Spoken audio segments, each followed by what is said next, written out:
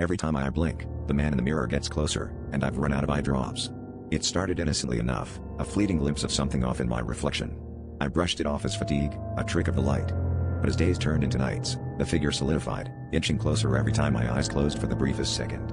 I stood in the bathroom, lights flickering, my heart pounding in my chest. I couldn't tell anyone.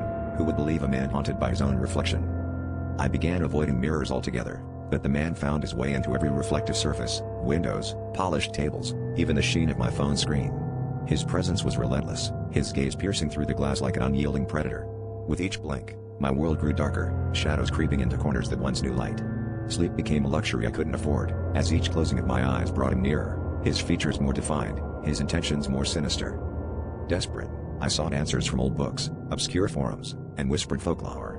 They all spoke of reflections as gateways, but none mentioned how to close them. Exhaustion clouded my sanity, and my reality began to blur with nightmares.